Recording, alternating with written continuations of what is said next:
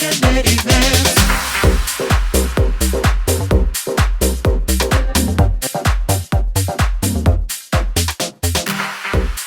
Hello, hello, hello. Welcome back, everybody, to the latest episode of the series Unfortunate Events podcast brought to you by ¿Quién? ¿Quién es ella? What? It's still me, MeMeCherry. And I am joined today by the mother of the house of Ho, snatcher of wigs, queen of the fleet.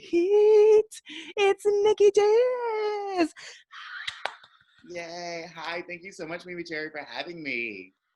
The AKAs continue. Queen of the booty pile drive on stage, which is what I call that move. I don't know what you call it, but that's what I call it. I call it my ass drops. I can't really do a death drop, but that my ass drops are I go to the edge of a stage and just jump in the air and land on my ass. I've got enough padding for it. Well, it's not. I don't wear padding, but I just have a fat ass. So Natural. yeah, it makes it a little bit easier. But yeah, the break. I'm the breaker of stages. I've broken stages. Breaker of tops. I broke somebody's ribs once during a number, twerking on them. Shut your fucking face. Yeah, I broke someone's ribs once. It's probably but twerking on them. Yeah, I was like grinding, twerking on them, and then I found out weeks later. Were they laying down? Were they sitting? Yeah, I like okay. Down, and then this was back when I was like, oh, audience participation is mandatory. But then I like pushed him on the ground, was like twerking, grinding on him, like bouncing, and then I found out weeks later from his partner. He's like, yeah, I haven't seen you since you were grinding with my boyfriend. I was like, oh my god, I'm sorry, I didn't know I wasn't supposed to grind on him. He's like, oh no, I don't give a shit about that. He was like, but he did have to go to the emergency room because he like broke a rib. And I was like, honestly, it was like one of the most proudest moments of my life. I was like, oh my god. Because I've been telling people, I will break you, honey. And literally. Yeah, he's still a fan. He just stands in the very back of the stage. He stands very far away from me whenever I perform. You were also voted Best Drag Queen of the Bay, and you almost killed digital drag the first Friday with your hole. I was trying to. I break stages. I was going to break the internet. I was going to shut it down. But yeah, I just was recently voted Best Drag Queen in the Bay Area from 48 Hills, which was, it means a lot just because that's like people in my own community voting for me. So that really meant a lot and was really beautiful. And I owe a lot of people because I bribed folks, but it was worth it. No, I can't. What you were bribing anybody? Pandemic, I ain't doing none of that. Nope. I mean, even over FaceTime, you could still I was like, 6 feet, we can do this together. Mutual masturbation. Oh my god. No, I wasn't doing any of that. But yeah, it was, that first digital drag was wild. It was like everybody's first online drag show. It was wild, wild west of digital drag. Oh my god. It was crazy because like everyone was just doing Instagram shows before that, so you could do whatever. And no one really knew, like, I'm not a gamer, so I don't know anything about Twitch at all. Like, the last gaming console I had was a Game Boy Color, and I was playing like Zelda or some shit like that. I don't know. And even then, I think a lot of people that were maybe just doing other things on Twitch didn't know of some of the regulations that would get you kicked off. And like that was such a crazy night. They had like over like 10,000 people watching, and it was on the front page, which I learned is like, yes, when you're on the front page, like the people who run Twitch are even watching you. Yes, because like as soon as you go to twitch.com, it's right there. Yes. I got, unfortunately, I was the one who got cut off. No, people before me were breaking the rules. I was like, after the point where they've gotten so many like warnings about it. You were the last flag on the field. But I mean, it was emotional. I was like really upset at the time. But Bitch and Magna, who were running that show, they like hit me up. They were like, "We're so sorry, we had to do Yeah. this. We had to think about everyone else in the show." And I was like, "I totally get it." And they brought me back, and Yes. yeah, people even started a little hashtag Justice for Nicki. Yes. 'Cause it was like, oh, it was I actually, added to the hashtag. yeah, thank you, yes, Justice for Nicki. I got my justice. It was great. It was Well, so speaking of justice, tell me about your reparations show. yes. So reparations. We're about to start. I'm about to start on our sixth installment of it right now. That one's starting the day after Thanksgiving. But reparations, I created it. The first time we ever did it was on Juneteenth. And if you don't know what Juneteenth is Freedom Day for Black people. It was the day where slaves were declared free within the United States. Even though technically, like slavery was set free before that, it was like like 200 and something days before, like It slaves. got to everybody. Like the Yeah, news got to everybody. yeah, Yeah. slave owners in Texas were keeping it quiet. They were like, we gonna get our work for harvest real quick, and then tell them after. So Juneteenth is like actual Freedom Day for Black people, and I wanted to do something to commemorate that. I wanted to bring attention to Black creators and artists, performers. There's not really there's not many shows like that in the Bay Area. Honey Mahogany had Black Fridays a few years ago, which was Yeah. great, and I wanted to do something like that. And it was during these times of our Black Lives Matter uprisings, and I knew this was something that people needed to. If they didn't realize they needed it, I was going to give it to them no matter what. Yes. And initially I was just going to do as a one-off, as just one show, with an all-Black cast, all like Black DJs, everything, just showing Black talent from the Bay Area and beyond. I usually do a half and half, like half Bay Area and then half from all over the country, or even all over the world. I've gotten people from Zurich and stuff. Can you give me the promo video? There's like a very specific kind Yeah, of clip to the clip to the clip yeah. of how you So sell it. Can you give it to me, yeah, please? it goes like, "Hi, are you suffering from bouts of white guilt? Are you tired of appropriating Black culture on TikTok? Well, we've got something just for you. It's called Reparations. Put your money where your Black square is and tune into Reparations. And remember, be there, or you're racist."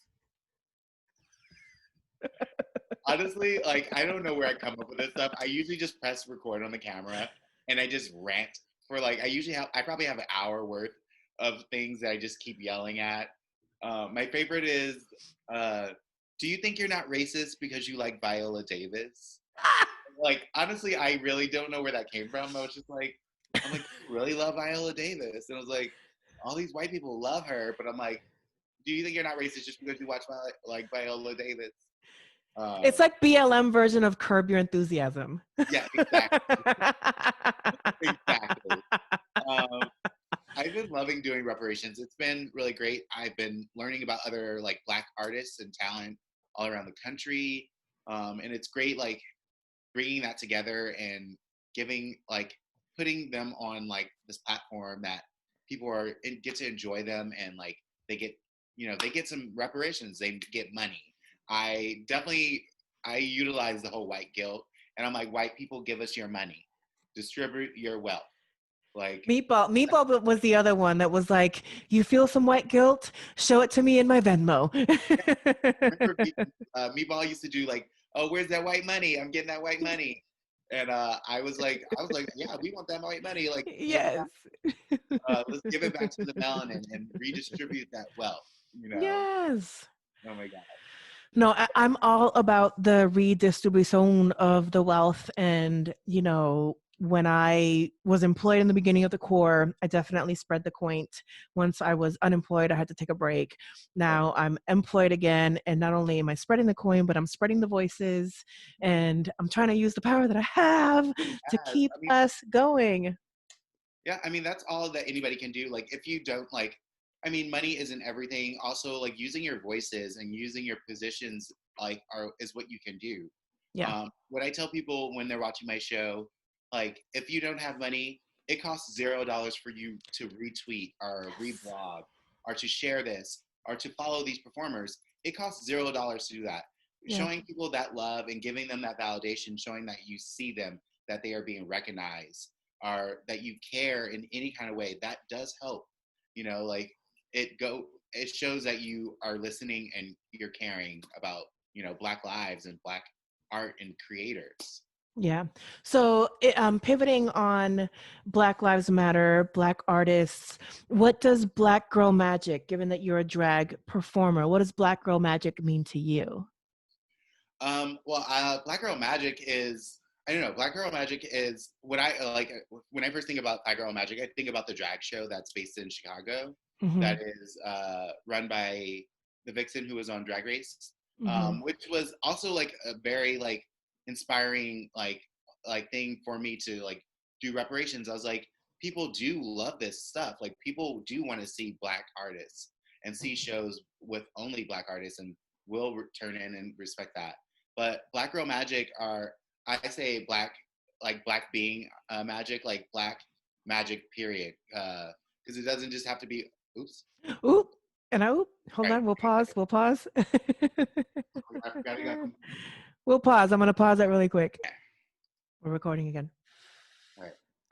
So Black Girl Magic, I don't know. Black Girl Magic makes me think about a few different things. One of the first things I think about is there is a drag show based in Chicago by Vixen, who was on Drag Race season 10, I believe, that is about like Black empowerment and Black artists, which was definitely like something that inspired me to do reparations as well, because I was like, there is definitely a void in the Bay Area for something like this. Yeah. Um, and this is something that people would definitely gravitate towards.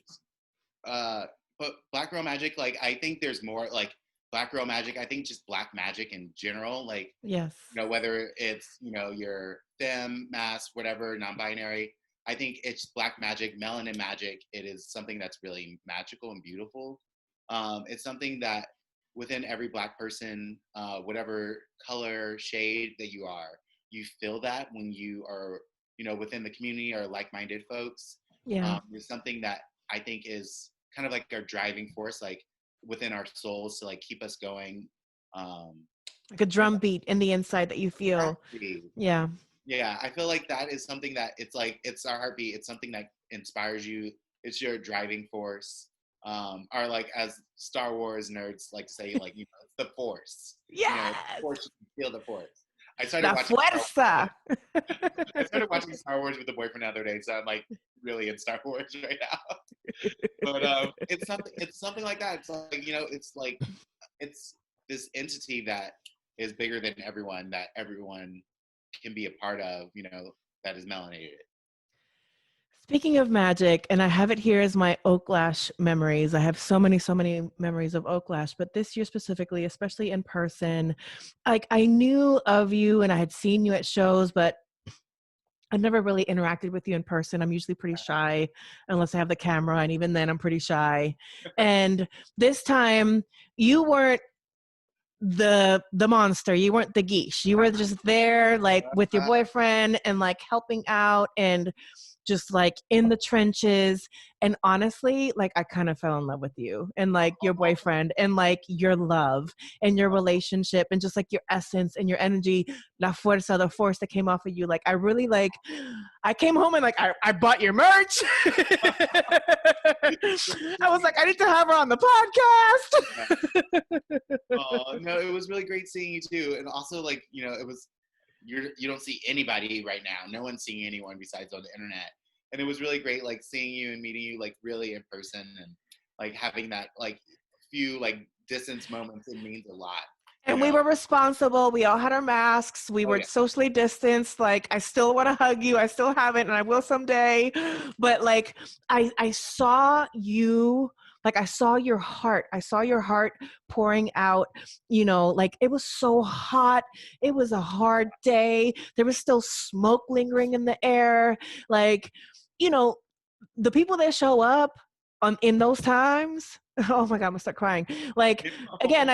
I saw your heart. Like, I just saw like a glowing like entity coming off of you and your partner. I had to acknowledge that now because Uh, yeah. the glowing's just all the highlighter and radiation. All it is. That's all it is. And the smoke in the air. But that was really beautiful. I was really happy I wasn't in drag that day because I would have lost it melting out there, and it was like one of the hottest days ever. And I already did my part at Oaklash. I did my part Friday. That was Sunday, I believe that Yes. we all were there at Yes. like out. And it started Friday. Yeah, I was like You were Friday. part of the kickoff. Yeah, I did the kickoff with digital drag with Bitch Puddin. Um, Yes. Trust me, I was in my living room. I had fans on me, and then anytime we went back on the air, I turned the fans off. I was like, "All right, we're good." Hi. It was such a hot weekend, Yeah. and I wanted to like tune in and help out Mama Celeste and Beatrix Hain. They're both of them are really good friends, and I just wanted to be there. I love being a part of drag, whether Yeah. I'm stage or not. I just love being a part of it. Tell me about what brought you to like who is Baby Nut, Baby. aka Baby Yeah, Jizz. baby. Wow. As a kid, well, when I was a kid, my family, I grew up in a really big family. My grandmother had like 6 kids, and each of her kids had like, my uncle has like 7 kids, and my aunt has another 5. So I grew in a big family. My mom only has 2, but we grew up in big families. So there was always family events that we always went to, and I was always the like entertainment. My mom was like, they put on music, and I'd go out there and dance in front of all the family and friends. Exactly. I was always like the entertainer. Like that was something my mom always knew about me. She was like, "You want to be an entertainer. Like I see that in you. You want to dance. You want to perform." Like I was uh, seeking attention very young. So that What's was your something. sign? What's your sign? What's your sign? Taurus. Ooh. Yeah, I'm a Mhm. Taurus. Mhm. Yeah, if Mhm. I on the cusp, if I was born a day before, I would be an Aries. So Okay. yeah, Okay. I'm on the 22nd of April. Um, but yeah, I was always like a very like I was a fun little kid, always dancing around, entertaining. So that's why I'm not really surprised where I became a drag queen. Uh, Yes. you know, nightlife performer. And my mom's not really that surprised. She was like, yeah, it kind of makes sense. She's just mad that I look prettier than her. I was like, I look good, don't I? And she's like, yeah, you do. I was like, I look better than my little sister, don't I? She's like, oh. Don't tell her. I was gonna say, don't tell her. Don't say it She's out like, don't loud. tell her. Oh, that was the first thing I told her. I was like, Mama said I was prettier than you. Uh, she said I'm her favorite. Uh, but yeah, I grew up in a big family in LA. I'm originally from LA, but I've been in Yeah. the Bay Area for 11 years now. Wow.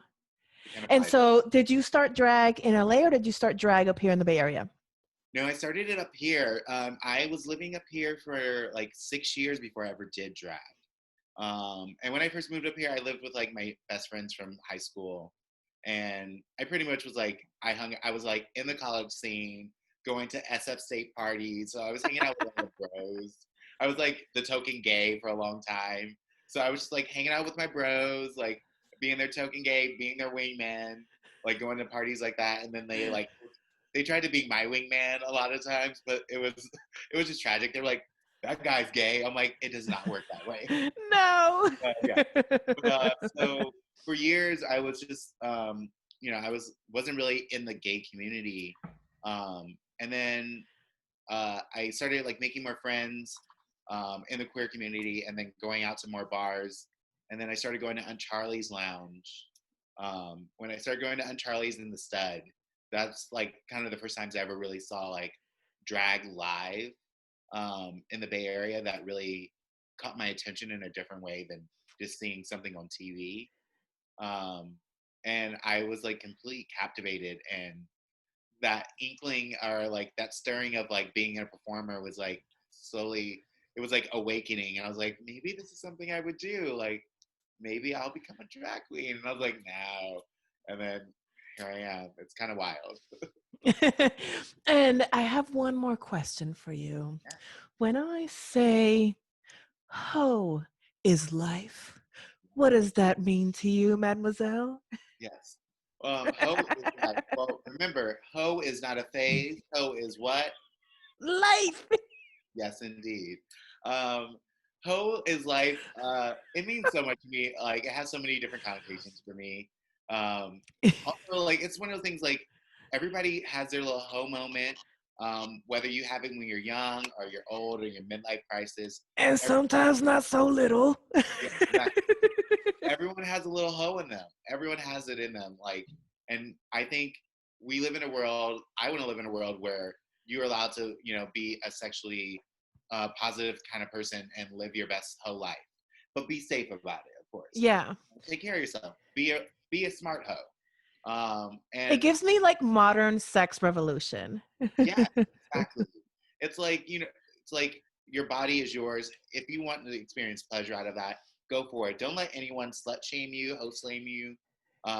That is like the last thing I'm all about. I am a very sex positive person in drag and out of it, obviously with my name. I'm a very like pro sex, like go for it. Have your best life. Hoa's Life was my first party that I ever threw with two of my friends. It was with Fietta and Pepto Dismal. We Love me started, some fiera. yeah, Love me some fiera. life. We decided to do that because we were just a bunch of hoes who were always like going around and in and out of drag, trying to get find the trade of the night, whether it be at Powerhouse. Sniffing out some hole. Oh yeah, definitely. We were trying to get it, and we did. We got it was wild back in the days. And It's then we like were truffle pigs, but like sexual truffle pigs. exactly. And we were just a bunch of hoes, and we were like, well, let's do a party that's like celebrates, sex and sex positivity and just like drag queens and gender fucks, like just having a good time, and a party that is like catered to that because there's not really parties like that to allow you to like, drag queens are supposed to be, funny comedians. Like I want to be a sexy comedian. I want to be the sexy. Like I want to go up there and do like a sexy ballad, like go fun and have like, yeah, that was a great part of my life was doing that party.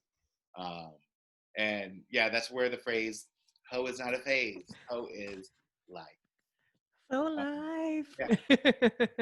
yeah, you can turn a hoe into a housewife, because I'm pretty much a hoe wife right now. I'm like literally still a hoe, but I'm like cooking and cleaning around this house. To me, they're the best Okay, kind. yeah, you need to wife us up. We'll take care of you. Hey, Lear, I can cook, I can clean, Oh, and I sure, sir, can certainly get some kind of ring. I can clean it up. I clean that knob too, baby. Trust. I got I'll put a cock ring on there, whatever. you. Oh my god.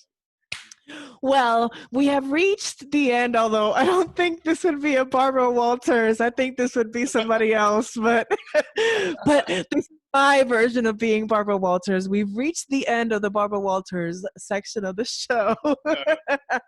We will now enter into the Andy Cohen, aka my clubhouse, part of the show, aka the games. So for you, mademoiselle, I have curated a new edition of Go to Bed Wig. Go to Bed Wig, classic Sophie Pod game. I tell you a name, you tell me if they should go to bed wig or come to the party, come to the brunch, come to the drag show, whatever version of not go to the bed wig would be for you. Okay. Yeah. But you get Go to Bed Wig Game of Thrones edition. Ooh. Okay. This Okay. is a new one. This is a new one curated just for you, Miss Haus. Go to Bed Wig, Game of Thrones edition. How do we feel, Miss Nicki Jizz, about the Night King? Oh, see, I feel like Night King is probably like a good hate fuck. I feel like it's like you like fucking your enemy, but then you like go and like pull an Arya and just like get them at the end. After you get your nut, always get your nut first, ladies, gentlemen, ladies. Always make sure you come first. Always make sure you come first, and then let them figure it out afterwards. But yeah, So is that your not go to bed wig? Is I'll come first with you, Night King? yeah, I'll come first. Exactly. How do we feel? Yeah, Oh my god, I almost peed my pants. That's the best version of like not go to bed wig ever. yeah, exactly. Yeah, I'll come first. Okay, so how do we feel about Hodor? Hodor. Oh, Hodor. Okay, that one just makes me sad. I can't even. You'll make some tea for Hodor. Oh, Tito. Well, Hodor probably. Hodor can get it. I'm gonna admit it. Like when a man that big, you know, you gotta have something else too. He probably had a big door, and I'm gonna hold that door. I'm a hold door. I'm a hoe for Hodor. Ooh, I feel like I might know the answer for, but I will not assume because assuming makes an ass out of me, and I will not let it make an ass out of anybody else. How do we feel about Khal Drogo, Oh, aka Jason Momoa? yeah, Jason It Momoa. can, aka Jason can Momo my Moa. Yeah, yeah. Um, well, I will be his Khaleesi. I will be the queen of the fleets. I will be breaker of tops. Um, the queen of thoughts for him. I will fucking dye my hair even blonder than It's that. already right It will go full on blonde, wearing rags and everything for them. Oh, he could get. I'm. I'm gonna make sure I come first and he come first. We don't come together. Uh, there. oh, Together. that's a repeat. That is a repeat right there. Oh How my do god. we feel about Bran Stark? Oh, Okay. look at that face change real quick. Okay. I have different feelings about Bran. Okay, I how are we yeah, feeling? How are we feeling? How are we I think feeling? How are we feeling? a lot of people don't realize this. I'm a huge nerd, and Game of Thrones is like something I'm really nerdy about. I've read each book maybe like 3 or 4 times. I'm like a nerd. I even have like a map bookmark that I use. Anyways, oh my god. I Um, fell in love with you that just much more right now, by the way.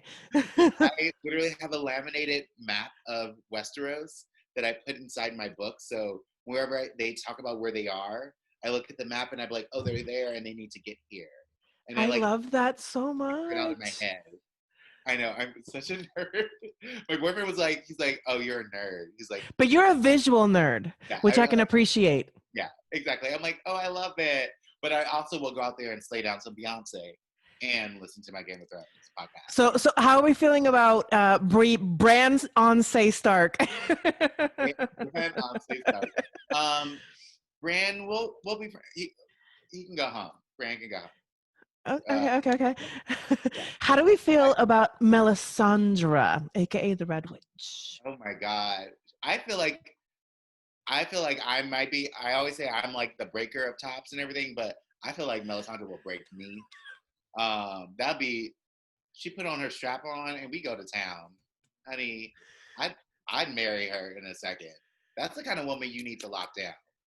So Like, I know what next year's Halloween costume will be for me. No, I'm kidding. I'm like, oh, the red woman, come and get it.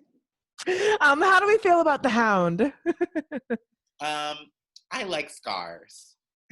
How about that? I like scars. They add character.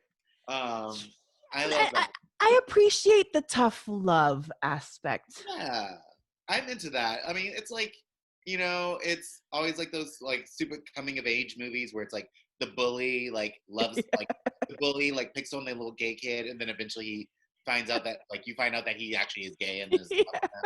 like Yeah. it's that kind of story where it's like Yeah. that's probably what it would be. But like the Hound, I like I said, I like scars. They add character and definition. You know? How do we feel? And yes, wink, wink. Yes, they do. How do we feel about Jamae, aka Jamie Lannister? Yeah, Go to bed, wig. yeah, go to bed. Go to bed. Go to bed. Do not pass go. Do not collect $200. Yeah, I'm not a Jamie fan. I like him in certain regards, but as like as a whole, no, we can go. Yeah. No How do shade. we feel about, speaking of Jamie, aka Jamie, how do we feel about Brienne of Tarth?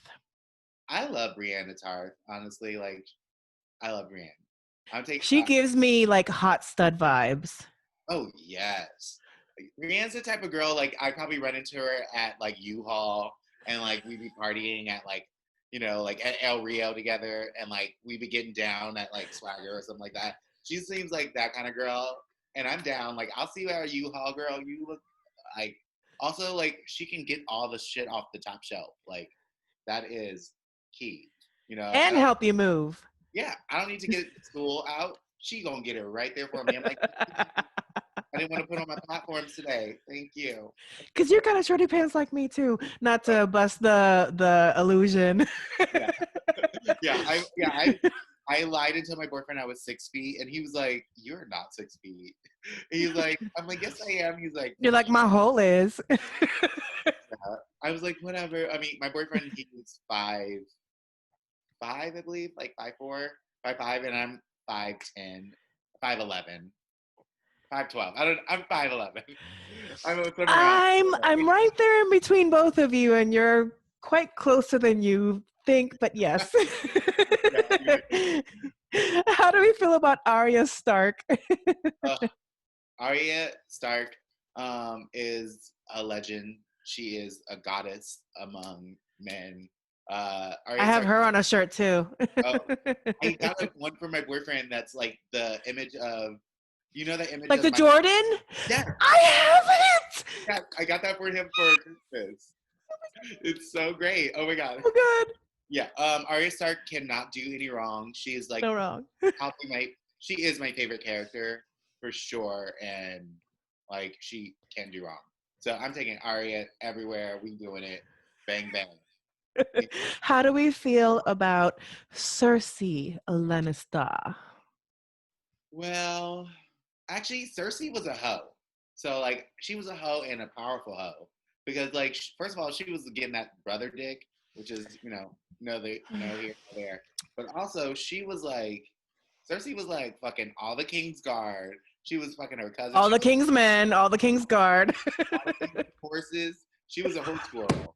She was definitely a horse squirrel. Uh, And uh, she pushed a kid out of window. No, he did. Jamie pushed yeah, but you know what? She like Jamie She pushed out co-signed. She co-signed.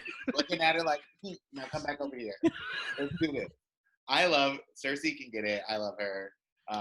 Yeah, better go to bed wig for her. Come to the party. Come to the party. She goes to the party. I like her. I mean, I'm gonna keep my eye on the bitch, but like, I love Cersei. I'm not gonna leave my drink next to her, but I'll party with her. How do we feel about John, Mr. Not Spring, not Summer, Snow? I'm taking Jon Snow home. That's for sure. Oh, Because I'm like, I'm gonna teach Jon Snow. You know nothing, but I'm gonna teach you something, honey. Trust. and the last one that I have for you, Go to Bed Wig, Game of Thrones edition. Maybe.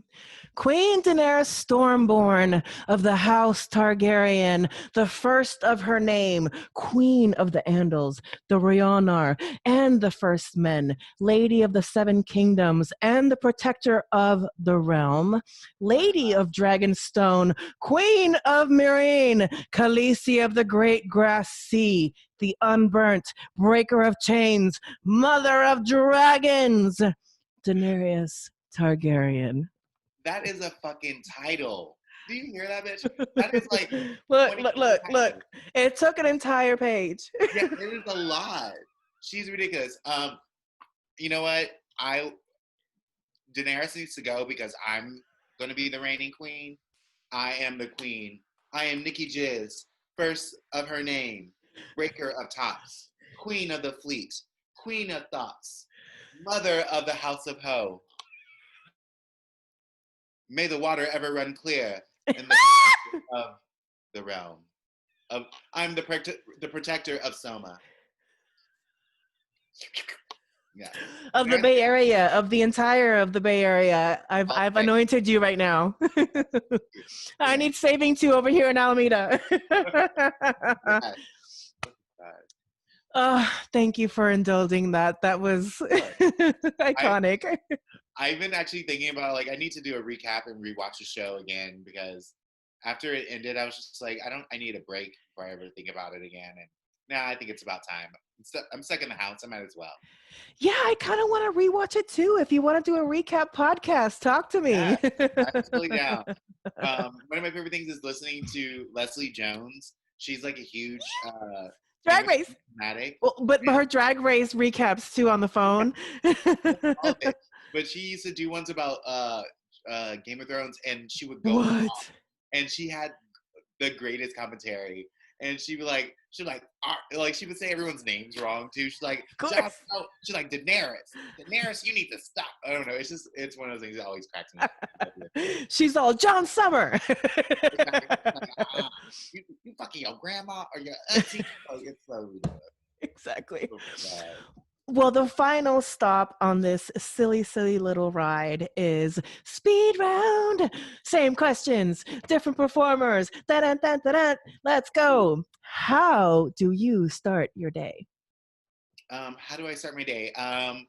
I reach for my phone, check my notifications, and then I reach over and grab my boyfriend and like cuddle him.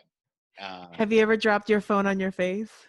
Oh yeah, but that's why I have a pop socket, because I've dropped my phone so many times that I have the pop socket. My boyfriend's like, why do you need this? I was like, I will drop my phone and chip my tooth.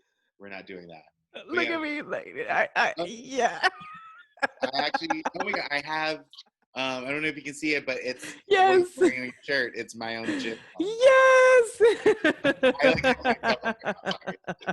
But, we stand a queen that loves herself. Yeah. What is the favorite thing that you about the place that you live in? The animals. My boyfriend, they're my animals now too, I guess. My boyfriend we have a dog and a cat. Ickis and Targus are their names. Ickis is the dog, named after one of the characters from All Real Monsters. And then Targus is the cat. They're just like really sweethearts. And Ickis is normally surrounded by me, but he was a little too energetic, and I was like, had to put him away. But yeah, they're like probably my favorite things. I love animals, and they follow me around this house nonstop. Oh yeah, I mean Paco, R.I.P. And you saw like probably Honey's ear earlier during the sound check. What is something that you never leave the house without? Well, I never leave the house without my phone. Definitely without my phone. And now sanitizer. I never leave the house without my phone or sanitizer. And mask. Oh, but, yeah, I mean, but I always have sanitizer and wipes with me just in case. BT Dubs, one of my masks is your merch also, and I love wearing that when Instacart delivery comes. It is the best. I wore it around my mom, and she was like, really, you got to wear that one? I was like, expect it for Christmas. So, the zombie apocalypse is coming, even though it might be here already. Who are the 3 people you want on your survival squad? Ooh, okay. Do they have to be people I know, or can they just be anyone? It can be anything you pick. It can literally be skills, people, whatever. Okay. Well, I'm gonna bring my boyfriend with me because I love him and I gotta have him there with me. Also, he knows random things, random facts. So he's watches a lot of Walking Dead, so he probably know how to survive in a zombie apocalypse more than I will. And let's see. So the animals come too. They don't count, but they're there also. We already know. Yeah. We've got a carrier case. Yep. Let's see who else. Ooh, this is rough. I'm bringing Tiffany Pollard. You have to have. I mean, you have to protect history. Entertainment also. That is history right there. That is a part of history. Tiffany Pollard is the creator, the queen of reality TV. I love this. That's one of the best answers ever. And who's your third? Oh God. Shit. The Rock. Not The Rock. He's got too much muscle, so if I eat him, like I can't really like munch on that really. It's just like too much, just like tender. It's too beef jerky for you. Turkey, no. I don't know who. Gospel Princess. She's one of my best friends, so I'll bring her with me. Yes. Oh my gosh. Oh my gosh. Oh my gosh. I love it. What is one important life skill everyone should have? One important life skill. How to make an omelet, honestly. That's one of the things I had to teach. I'm teaching my boyfriend how to make omelets. I love eggs. I love breakfast. Is my favorite food. But making an omelet is like, it's no joke. Like you gotta like to get it There's an art to it. Yeah. I've gone to many places and I'm like, that is not an omelet. You just literally dump something. That's a scramble.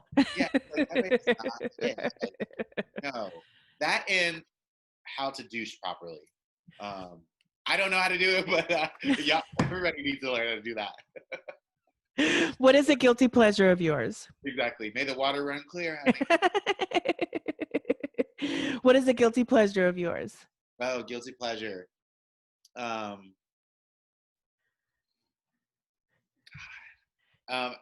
watch Real Housewives. Like I can't help it.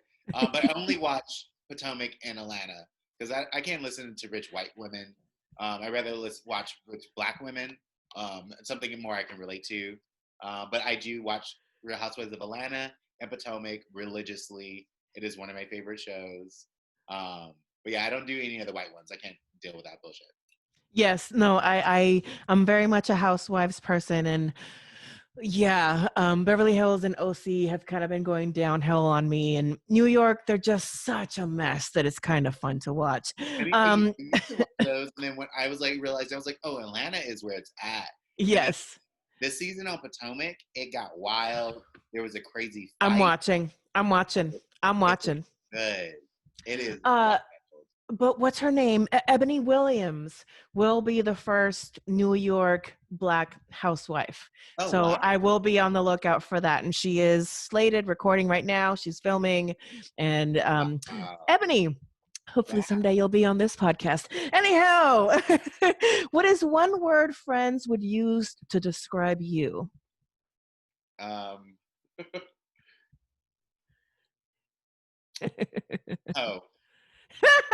What is your favorite emoji? My favorite emoji, they kind of go together. It's the water squirt emoji, or the emoji that has the drool coming out, because it all signifies jizz anyway. So it's like jizz coming out. Or like squirting. Those are like my most used emojis. And what would you, last but not least, what would you like to be known and or remembered for? I want to be known for, I don't know, I'd probably be known for being the girl who like did like a million wig reveals. But and bus driver to bus driver to bus driver to bus driver. The ball cap too and more. I'll probably be remembered for a lot of that. But there's more that I just want to be remembered as being a great performer, and not a complete bitch, just a little bit. I don't know. I just want to be known as, I just want people to remember me as, yeah. I'll probably actually ass drops. I think that's something that no one else will ever do.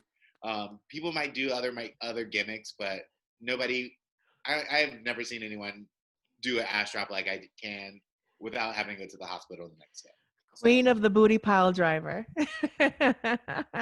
Well, my dear, I know that you, to me, are completely unforgettable and lovable.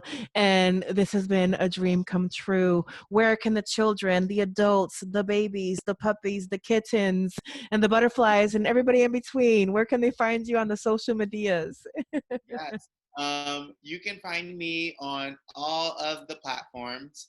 On Instagram, I am Nicki_Jizz. Nicki like Minaj, Jizz like what I had for breakfast.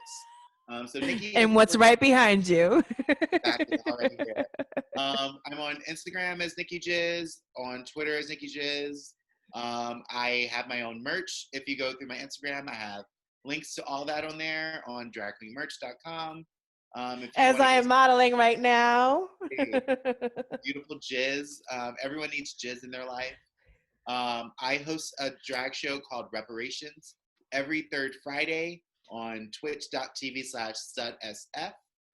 And I also am bringing back a drag competition show every other Tuesday on the same channel called Turbo Pageant. Yes! With your friend Florida Man. Yes, me and my friend Florida Man. I'm excited to bring that back starting tomorrow. Oh my God. Yes. And longtime listeners of this podcast are very familiar with my dear friend Florida Man. So yes, you are listening to Series of Fortunate Events. Oh my gosh, you guys. Look me up on Twitter, MeMeCherry. Look me up on Instagram, add an ID to it, MeMeCherry IG. Please listen to my other podcast with my dear co-host, Maddie Rants. It's called Fortunate Rants. We have merch. Oh, by the way, you'd love this. So yesterday we had a live and I was describing myself as Maddie's older sister from another mom. And then somebody said, Maddie's sister from another mister. And then somebody said, bestie from another testy. And then we made merch. So go on the Teespring, get the new bestie from another testy merch. I love that. Bestie is the promo code through the end of November for the Teespring store. You'll get 10% off all of the merch. Subscribe to the YouTube channel, follow Nicki Jizz, send her some fucking money. And if not, give her a retweet. And you know what? If not, just send her a picture of your hole. I don't know. Send me a Pretty picture sure of she'll your hole. appreciate it. Are you racist if you don't? I didn't make up the rules. Rosa Parks did. It could be your ear hole. It could be your nose hole. I mean, get creative. Yeah. You know, a hole's a hole. A hole is a hole. Let's remember that. I love you, Nicki Jizz, and this is when we say goodbye. And if you don't show hole, you're racist. Bye. Bye. MeMeCherry.